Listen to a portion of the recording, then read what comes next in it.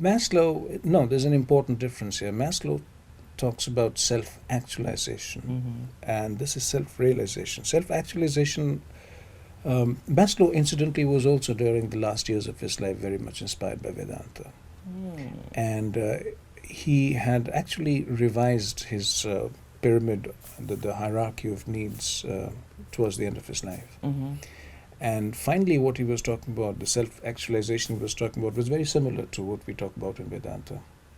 So this self-actualization literally is actualizing the self. So if you just take it at its literal meaning, actualization of the self, which self are you going to actualize? Because as all schools of philosophy have now very clearly understood, that there are several selves out of which one is made. You can't say that this is myself at this given point of time. This may be yourself, but that self will not be the self at the next moment in time. Right, because we're consistently changing. Yes, continuously changing, and the self that we identify ourselves as is always a product of time, circumstances, and other people we are related with.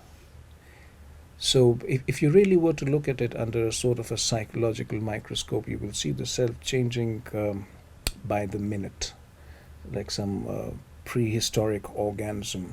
Like an amoeba. Like an amoeba, that's right, like an amoeba. And it'll actually split like amoeba, and it'll do all kinds of funny things like the amoeba. So which self are we talking about which is to be actualized? So the need first to find a self which is stable enough for it to be an authentic self, stable enough in terms of circumstances, space, and time. So, is there such a thing as a stable self while circumstances, contexts keep changing? If yes, then can one access that self? Can one find that self? And then, having found it, can one actualize that self in action, in relationships, and work?